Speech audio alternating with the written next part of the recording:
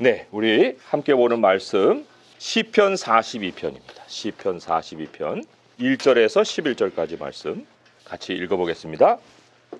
하나님이여 사슴이 시냇물을 찾기에 갈급함 같이 내 영혼이 주를 찾기에 갈급하니이다. 내 영혼이 하나님 곧 살아계시는 하나님을 갈망하나니 내가 어느 때에 나아가서 하나님의 얼굴을 배울까. 사람들이 종일 내게 하는 말이 네 하나님이 어디 있느뇨 하오니 내 눈물이 주야로 내 음식이 되었도다. 내가 전에 성의를 지키는 무리와 동행하여 기쁨과 감사의 소리를 내며 그들을 하나님의 집으로 인도하였더니 이제 이 일을 기억하고 내 마음이 상하는도다. 내 영혼아 내가 어찌하여 낙심하며 어찌하여 내 속에서 불안해하는가. 너는 하나님께 소망을 두라. 그가 나타나 도우심으로 말미암아 내가 여전히 찬송하리로다. 내 하나님이여 내 영혼이 내 속에서 낙심이 되므로 내가 요단 땅과 헤르몬과 미살산에서 주를 기억하나이다. 주의 폭포 소리에 깊은 바다가 서로 부르며 주의 모든 파도와 물결이 나를 휩쓸었나이다. 낮에는 여호와께서 그의 인자하심을 베푸시고 밤에는 그의 찬송이 내게 있어 생명의 하나님께 기도하리로다. 내 반석이신 하나님께 말하기를 어찌하여 나를 잊으셨나이까. 내가 어찌하여 원수의 압제로 말미암아 슬프게 다니나이까 하리로다. 내 뼈를 찌르는 칼같이 내 대적이 나를 비방하여 늘 내게 말하기를 네 하나님이 어디 있느냐 하도다. 내 영혼아 내가 어찌하여 낙심하며 어찌하여 내 속에서 불안해하는가. 너는 하나님께 소망을 두라. 나는 그가 나타나 도우심으로 말미암아 내 하나님을 여전히 찬송하리로다. 아멘. 네, 43편을 읽지는 않았지만 43편 앞에는 제목이 없어요.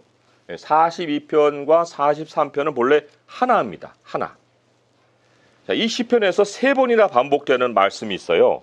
5절에 보면 내 영혼아 어찌하여 낙심하며 어찌하여 내 속에서 불안해하는가. 너는 하나님께 소망을 두라. 그가 나타나 도우심으로 말미암아 내가 여전히 찬송하리로다. 이 말씀이 42장 11절에도 있고요. 43장 5절에도 있어요. 세 번이나 왜 반복이 될까요? 영혼이 낙심하고 불안해하고 이게 소망을 잃어버리고 사는 게 두려워지고 미래가 안 그려지고 이게 왜 그러냐면 이게 주기적으로 찾아오기 때문에 그래요. 사람에게 계속해서 어쩌면 매우 정기적으로 찾아온다고 할 수가 있습니다. 이게 우리의 현실이에요. 뭐 세상 사람들만 낙심하고 불안해하는 게 아닙니다. 하나님의 백성도 갑자기 아무 이유 없이 반복적으로 이런 모습을 가질 수가 있다는 거예요. 나만 그럴까? 라고 생각할 때 아니, 성경이 이 말씀을 해주는 걸 보면 아니다 라는 거죠. 하나님의 백성에게 뭐 우리가 말로 표현을 안 해서 그렇지 누군가라도 다 이런 반복적인 어려움을 가지고 있다는 거죠. 자, 그러면 이 낙심이나 이 불안함이 어디서 나오는 걸까? 왜 이게 정기적으로 나한테 반복이 돼야 되지? 뭐 이런 생각을 할 수 있잖아요. 근데 이 시편이 그럴 수 있는 상황을 여러 가지로 소개를 하고 있어요. 예. 한 세 가지로 제가 정리를 해보면 3절의 말씀, 오늘 읽은 말씀 3절에 사람들이 종일 나에게 하는 말이 네 하나님 어디 있니? 네 하나님 어디 있느뇨? 하오니 내 눈물이 주야로 내 음식이 되었도다. 자, 여기까지는 뭐 사람들이 던질 수 있는 질문이에요. 당신 하나님 어디 있어? 네, 그렇게 이제 질문을 받았어요. 그런데 이 질문에 대해서 내가 딱히 뭐라고 얘기할 게 안 느껴지는 거예요. 분명하게 내가 하나님이 어디 있냐니? 하고 막 탁 이렇게 명료하게 하나님에 대한 얘기가 나가야 되는데 그게 아니고 나도 안 느껴져. 하나님이. 이럴 때 어떤 느낌이겠어요? 하나님이 분명 가까이 느껴져야 되는데 어느 날 일어났는데 가슴이 싸해. 그리고 하나님이 안 느껴지는 거예요. 나도 모르게 마음이 싸해지고. 이런 게 무슨 딱히 원인이 있을까요? 사실 제 경험으로 보더라도 무슨 딱히 뭐 원인이 어디에 있다 이런 생각보다는 그냥 가슴이 싸해져요. 하나님이 안 느껴지고. 그러한 순간에 하나님을 느끼고 싶은데 느끼고 싶은 만큼 하나님이 안 느껴지는데 어떻게 할 거예요? 그러니까 불안해지는 거예요. 사람이. 낙심이 되고 슬프기도 하고 우울하기도 하고 삶의 의욕을 상실하기도 하고. 하나님이 가까이 느껴지지 않을 때 마음이 우울해지는 거, 그건 너무 당연한 거죠. 그걸 이상하게 생각할 것이 아닙니다. 우울해지는 것이 이상한 일이 아니라 왜 그것이 우리에게 참 문제냐? 이유를 알 수 없는 참 그런 불안함이 내게 찾아 들어온다는 게 문제죠. 자, 그런데 그 이유가 없는 게 아니에요. 사실은. 오늘 1절의 말씀에 사슴이 시냇물을 찾기에 갈급함 같이 내 영혼이 주를 찾기에 갈급하니이다 라고 했어요. 이 사슴은 이제 모든 피조물의 어떤 상징적인 존재로 여기 소개를 한 거예요. 사슴만 그런 게 아니에요. 사자도 물 없으면 갈급하죠. 그런데 여기 물이 필요한 모든 생명체를 대변한다고 볼 수가 있어요. 사슴은 물이 절대적으로 필요해요. 근데 물은 사슴이 필요하지 않아요. 와서 마시든 마든 그게 물과 상관이 없지만 사슴은 안 그래요. 창조자와 피조물을 생각할 때 창조자가 부족해서 우리를 창조한 게 아니에요. 그러나 우리는 절대적으로 하나님이 필요해요.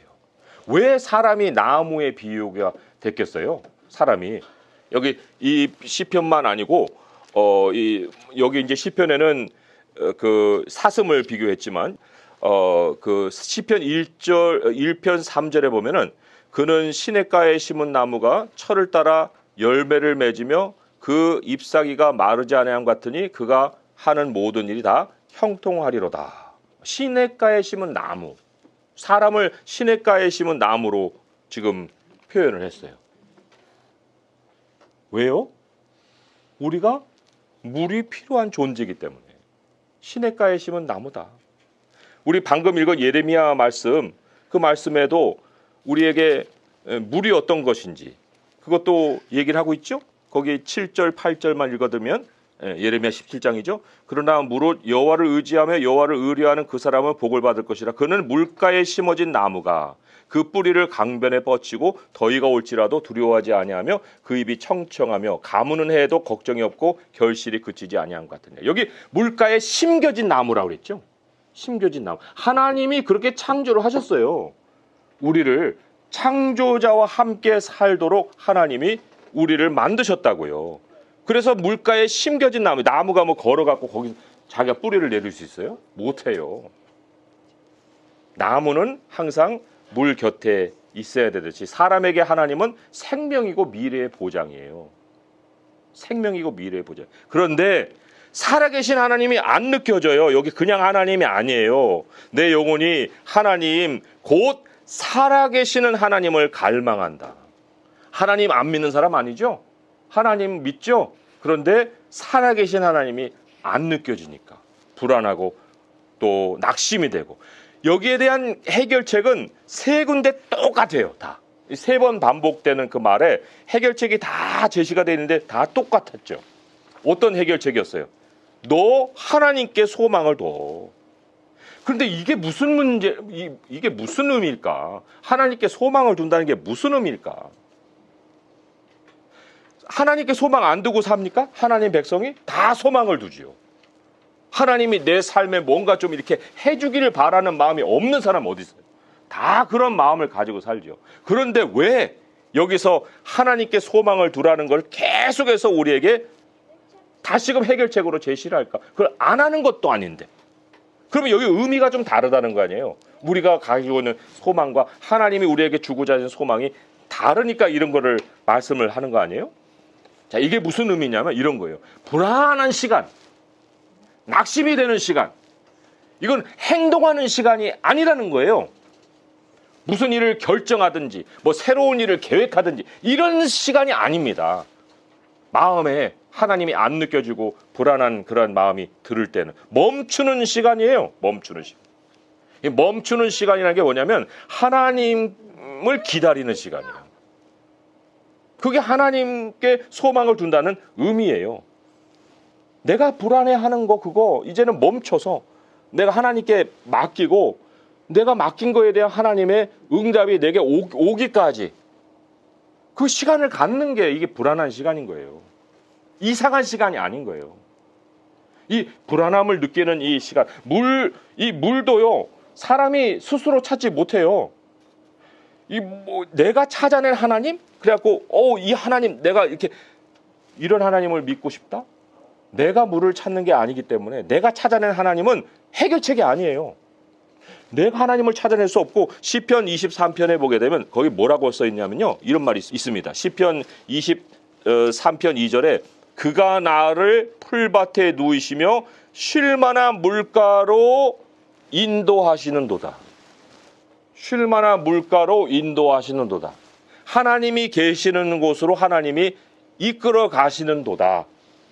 내가 하나님 찾아서 막 내 안에다 막 구겨놓고 막 채워놓고 이랬어요? 아닙니다. 하나님이 그 영혼을 소생시키시는 거예요. 소생시키기 위해서 하나님 곁으로 먼저 이끌어 주신다는 거죠. 그래서 여기 오늘 말씀에도 그가 나타나 도우심으로, 그가 나타나, 언젠지는 몰라요. 그거를 우리가 어떻게 하나님께 요청을 할 거예요. 하나님 빨리 이게 안 통하는 거예요. 그가 나타나 도우심으로 말미암아. 그러니까 낙심이나 불안이 갑자기 어느 아침에 내 마음을 파고들었을 때 이거는요 신호예요. 신호. 어떤 신호예요? 예? 이 신호, 하나님을 우리가 찾아가야 한다는 신호입니다. 하나님께 우리가 뭔가를 공급받아야 된다는 신호예요. 그 정도는 뭐 사람마다 다 달라요. 그래서 막 너무 불안해갖고 오늘 뭐 움직이고 싶지 않고 움직이면 뭔가 일이 터질 것 같고 그러면 그날 하루를 쉴 수도 있고 또 어떤 형제하고 이렇게 만나서 커피를 마실 수도 있고 뭐 방법은 여러 가지지만 어쨌든 하나님이 그러한 마음을 주실 때는 우리가 해볼 수 있는 정도 안에서 쉼을 가져야 됩니다. 절대적으로. 움직이면 안 돼. 활동하는 시간이 아니라는 거예요. 자, 두 번째 불안이 생기는 경우를 또 한번 연결해 보겠습니다. 이것도 이제 첫 번째하고 좀 연결될 수도 있어요. 4절에 보니까 같이 읽어볼까요? 시작. 내가 전에 성의를 지키는 무리와 동행하여 기쁨과 감사의 소리를 내며 그들을 하나님의 집으로 인도하였더니 이제 이 일을 기억하고 내 마음이 상하는도다. 자, 상황이 바뀌었어요. 어제라는 상황이 있고 오늘이라는 상황이 있습니다. 근데 오늘이라는 상황을 보니까 옛날보다 못해졌어요. 옛날이 더 좋아. 왜 점점점 오늘이 좋아야 되는데 왜 옛날이 좋지? 이런 상황이 펼쳐질 때 지금 이 사람이 있는 곳이 어디냐면요. 6절에 요단 땅 헤르몬과 미살산이라고 했어요. 예루살렘에서 멀어진 곳이에요. 자기가 즐겁게 살던 때는 예루살렘이에요. 근데 지금은 예루살렘이 아니에요. 우리도 뭐 그 삼성동에도 있어봤고 역삼동에도 있어봤는데 지금 이 지하에서 이러고 있잖아요. 그럼 하나님 그때가 좋았는데 그때 이럴 수도 있는 거 아니에요. 그러니까 사람이 자꾸 자기 삶이 과거가 좋았다라고 생각하는 순간부터는 불안함이 오는 거예요. 미래는 더 나빠지는 거 아니야? 뭐 이런 생각을 가지게 되는 거죠. 그러니까 여기도 이 주를 기억합니다. 미살산에서 주를 기억합니다 할 때 이 주는 굉장히 한정된 주예요. 내 기억 속에 있는 예루살렘에 있는 그 주님이에요. 지금 자기 이 요단 땅과 헤르몬과 미살산에 있는 그 주님이 아니라는 거예요. 기쁘게 신앙생활할 때 그 주님의 집에서 만났을 때 그 주님.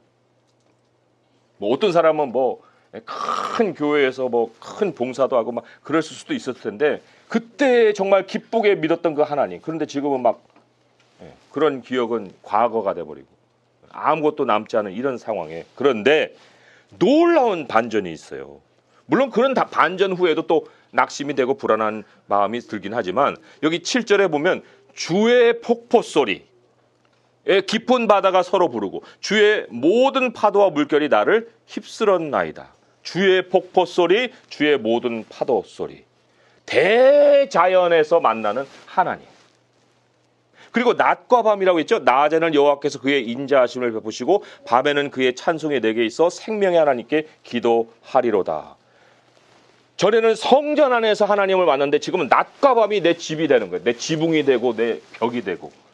낮과 밤 뻥 뚫린 그 상황인데 거기에서 우리 하나님의 인자를 만나는 거예요. 하나님을 찬송하는 시간을 가질 수가 있는 거예요. 상황이 바뀔 때 더 안 좋은 상황으로 자꾸 이제 바뀌었다라는 생각이 들 때마다 여기 이제 8절은 뭐라고 얘기해요? 내 생명의 하나님께 기도하리로다. 이것도 기다림이에요. 나를 살리시는 분은 하나님이셔. 내가 아니야. 그러니 우리가 지금 이 상황에 어차피 땅에는 이상적인 상황이 있어요? 없어요. 우리는 지금 재밌는 경험을 하고 있는 거예요. 즐거운 경험. 남들이 해볼 수 없는 그런 경험을 하고 있는 거예요. 이게 뭐 우리가 영원히 여기에서 이렇게 뿌리를 내릴 것이 아니고 하나님은 이동하십니다. 그러니까 과거의 기억보다도 하나님께 돌아갈 그 생각을 소망으로 가지세요. 영원한 집이 있잖아요. 영원한 집이. 그걸 생각할 때 뭐 자꾸 과거에 뭐 이랬느니 저랬느니 그런 생각을 하겠습니까? 그러니까 내 생명의 하나님께 기도하리로다. 자, 그런데 또 가장 이것보다도 더 심각하게 사람을 낙심시키고 불안하게 만드는 게 있다니까요. 뭘까요? 세 번째, 가장 힘든 그런 순간. 다른 것은 다 내 안에서 일어나는 일이에요. 내 마음이 막 이렇게 됐다가 그냥 아래로 꺼졌다가 막 왔다 갔다 이런 거였어요. 내 안에서. 그런데 이 세 번째는 달라요. 성격이 다릅니다. 10절의 말씀을 보면 내 뼈를 찌르는 칼같이 내 대적이 나를 비방하여 늘 내게 말하기를 내 하나님 어디느냐. 뭐예요? 사람에게 짓눌리는 거예요. 이게 가장 고통스러운 낙심입니다. 사람에게 불안함을 느끼는 거. 특별히 나의 신앙을 공격할 때, 저는 이제 코로나 때 이걸 경험했어요. 우리 성도님도 다 느꼈잖아요. 아, 이 신앙이라는 게 이게 신앙의 자유가 보장된 것이 아니네. 난 대한민국에서 어디서든지 신앙을 가지며 예배하며 막 이럴 줄 알았어요. 그런데 막 구청 직원이 닥쳐가지고 10명 이상은 안 됩니다. 그리고 뭐 마스크 쓰세요. 그 통제가 있잖아요. 통제가. 그게 여기서 말하는 바 약한 비방이에요. 약한. 그런 것이 언제든지 우리 삶에 펼쳐질 수가 있어요. 직장을 갔는데 아니 대한민국이 신앙의 자유가 없는 나라예요? 왜 나한테 주일날 일을 하라고 나오라고 그래요? 라고 얘기하고 싶죠. 근데 그게 마음대로 됩니까? 이게 안 되는 사회를 우리가 당할 때, 그럴 때 이 낙심과 불안함이라는 것은 우리에게 고통으로 찾아오는 거예요. 그럴 때 우리 어떻게 해야 되나요? 위축돼서 막 그 사람들의 요구를 따라야 되나요? 아니면 맞대응해가지고 막 머리에 띠디르고 저항을 해야 되나요? 어떻게 해야 됩니까? 우리 주님이 한 말씀을 해주셨습니다. 누가복음 6장 21절의 말씀 같이 한번 찾아볼까요? 누가복음 6장 21절에서 23절의 말씀 읽어보겠습니다. 시작.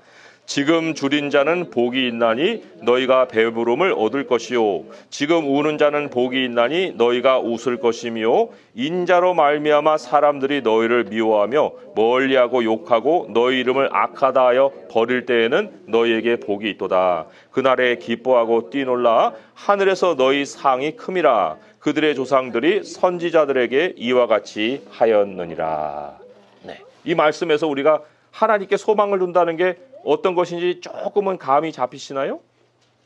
네, 이거 하나님께 소망을 두는 건 당장의 해결책을 보자는 게 아니라는 거죠. 자, 그러면 이제 그래 하나님은 장기적이야. 항상 장기적이었고 내 마음은 그냥 돌아보지도 않으세요. 이러겠지만 그러나 그럼에도 불구하고 오늘 말씀이 뭐라고 했어요? 그가 나타나 도우신다 그랬죠. 나타나 도우신다 그랬죠. 이게 엄청난 힘인 거예요. 이 약속이. 하나님 맨날 멀리 봐라. 멀리 봐라. 죽음 이유를 봐야지. 왜 여기 있는 살아있는 땅에서 이렇게 고통하는 그것만 주목하냐. 이렇게 얘기하시면 섭섭하죠. 사실은. 하나님이 우리를 땅에다 지어놓으셨는데. 그런데 하나님이 그렇게만 하지 아니하시고 그가 나타나 도우신다는 엄청난 위로의 약속을 주신다는 거예요. 그러니 우리가 낙심과 불안 이런 거 어떤 사람에게는 가끔 찾아올 수도 있고 어떤 사람에게는 자주 찾아올 수도 있겠지만은 그거는 하나님이 하나님을 기다릴 수 있게 해주시는 은혜의 시간이다. 그래서 우리 예배처소도요. 저는 하나님이 우리를 여기다 두셨지만 그러나 또 여기에서 갑자기 그분이 뭐 10년 동안 교회를 여기서 했는데 그리고 여기서 교회에 있는 사람들이 부흥해가지고 나갔다는데 우리는 들어온 지 2주 만에 그동안에 전화도 안 했던 건물주가 전화해가지고 거기 예배한다고요? 예배 절대로 안 됩니다. 이런 얘기를 했다잖아요. 왜 그랬겠어요? 우리를 불안하게 만들기 위해서? 아니에요. 하나님을 기다리는 기회를 주시는 거예요. 하나님이 하실 일이 계시기 때문에 우리에게 그런 사인을 보여주시는 거예요. 그러니까 이때 우리는 저도 집에 돌아가서 그 얘기 듣고 막 걱정이 됐어요. 막 떨리기도 하고 간지 2주밖에 안 됐는데 주차자리도 없고 막 할 때 굉장히 좀 마음이 상심이 되고 그랬어요. 그런데 하나님을 소망해야 된다 생각을 하나님이 집어넣으셨어요. 여기 우리를 오래 두지 않으시겠다는 확신을 가질 수 있었어요. 그게 바로 하나님이 나타나 도우신다는 약속을 우리 마음속에 자꾸만 속삭여 주시는 거예요. 내가 행하리라. 그래서 우리가 이런 불안함과 낙심을 당할 때마다 그 환경에 흔들리지 말고 영원한 하나님의 나라를 향해서 가되 하나님 우리를 언제나 살피시고 나타나 도우신다는 이 약속의 말씀을 늘 마음에 품고 그때를 불안함으로 보낼 것이 아니라 기다림의 시간, 멈추는 시간, 하나님의 그 물에서 공급받는 시간. 그래서 그 건조하고 정말 메마른 나의 나무가 다시금 생명을 얻는 그런 시간, 이런 시간으로 바꿔갈 수 있는 성도 될 수 있기를 주님의 이름으로 축원드립니다. 기도하겠습니다.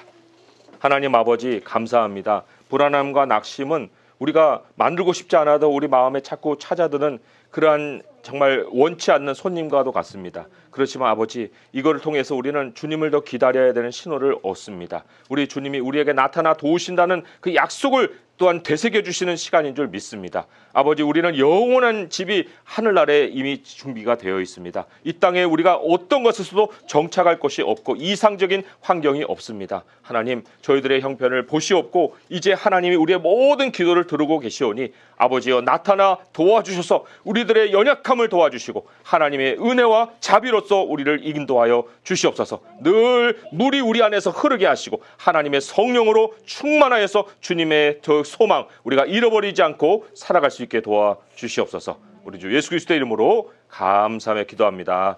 아멘.